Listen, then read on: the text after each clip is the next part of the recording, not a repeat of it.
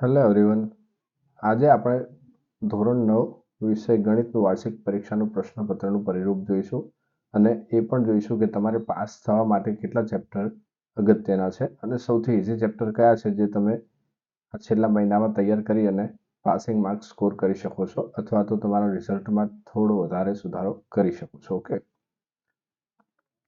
જોઈએ છે પહેલાં 3 કલાકનો ટાઈમ છે પેપરનો અને 80 માર્ક્સનું પેપર છે. ઓકે, નીચે આપણને આપ્યું છે કે પ્રકરણ પ્રમાણે ગુણભાર, ધેટ મીન્સ કયા ચેપ્ટરમાંથી કેટલા માર્ક્સનું પૂછાશે. હવે તમારા જે પાસિંગ માર્ક્સના જે ચેપ્ટર છે એકદમ ઇઝીમાં ઇઝી ચેપ્ટર છે એ છે યામ ભૂમિતિ, જે આપણને અહીંયા પૂછ્યું છે 4 માર્ક્સમાં. ઓકે, ઓપ્શન સાથે 4 માર્ક્સમાં પૂછેલું છે.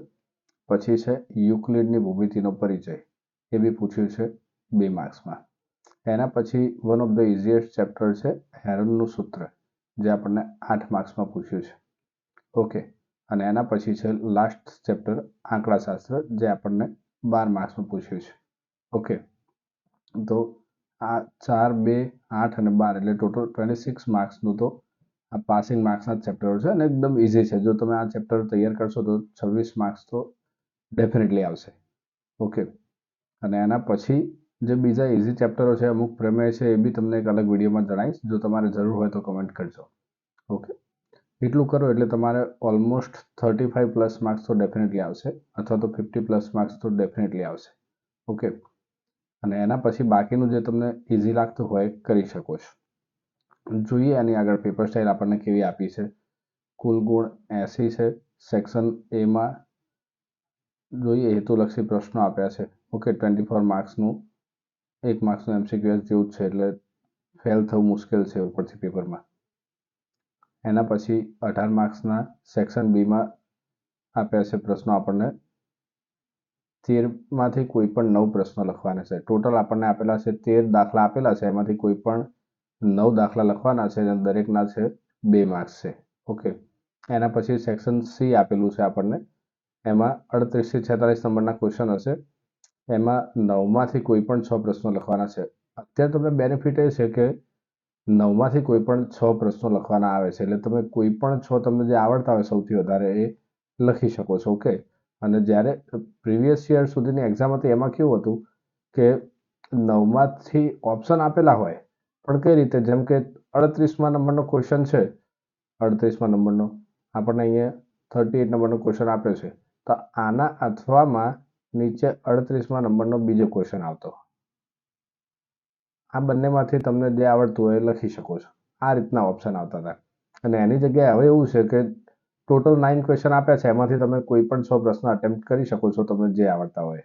ઓકે, અથવા 9 આવડતા હોય તો 9 પણ લખી શકો છો. ઓકે, સો અત્યારે મેન બેનિફિટ એ છે, એટલે માર્ક્સ કપાવવા મુશ્કેલ છે. આ બી 18 માર્ક્સના આપણને પૂછેલા છે 3 માર્ક્સમાં. અને લાસ્ટ સેક્શન છે સેક્શન ડી, એ 20 માર્ક્સનો સેક્શન છે. એમાં બી આ જ રીતે છે, 8માંથી કોઈ પણ 5 પ્રશ્નો લખવાના છે. 5 ચોક 20 થઈ જાય, 4 માર્ક્સના પ્રશ્નો, દરેકના 4 ગુણ આપ્યા છે. અને આમ કરીને ટોટલ 80 માર્ક્સનું પેપર છે. જો one of the easiest method છે આ પેપર કન્ડક્ટ કરવાની. 24 માર્ક્સનું તમને MCQ બેઝડ આપેલું છે. ઓકે, MCQ બેઝડ એટલે અંદર જો શું શું આપ્યું છે, જોડકા આપ્યા છે, એના પછી પ્રશ્નોના એક વાક્યમાં કે શબ્દોમાં કે અંકમાં જવાબ આપો. ઓકે, એના પછી વિધાન ખરા છે કે ખોટા તે જણાવો. એના પછી છે કૌંસમાં આપેલ વિકલ્પોમાંથી સાચો વિકલ્પ પસંદ કરીને પૂરો. એના પછી છે બહુ વિકલ્પવાળા પ્રશ્નો માટે સાચો વિકલ્પ, એટલે કે MCQS આપેલા છે પહેલા જ 6. ઓકે, જોઈએ નીચે સેમ્પલ પેપર એટલે તમને ખ્યાલ આવશે. ઓકે, જો અહીંયા સેમ્પલ પેપરમાં આપેલું જ છે. ઉપર સૂચનાઓ બી આપેલી છે આપણને કે 54 પ્રશ્નો છે, ABCD એમ 4 વિભાગ છે. ઓકે, એ તમે વાંચી લેજો એકવાર. જો વિભાગ એમાં 24 માર્ક્સના આ રીતે પ્રશ્નો આપેલા છે. પહેલા 6 માર્ક્સના MCQS છે. એના પછી આપણે જોઈએ તો 7 થી 12 નંબરનો જે પ્રશ્ન ક્રમાંક છે, એમાં સાચો વિકલ્પ આ રીતે કૌંસ આપેલા હોય, એમાં સાચો વિકલ્પ પસંદ કરીને આપણે લખવાનો છે. ઓકે, જો એના પછી આપણને આપ્યું છે 13 થી 16 નંબરના પ્રશ્નમાં એવું કહ્યું છે કે ખરા ખોટા આપ્યા છે આપણને. ઓકે,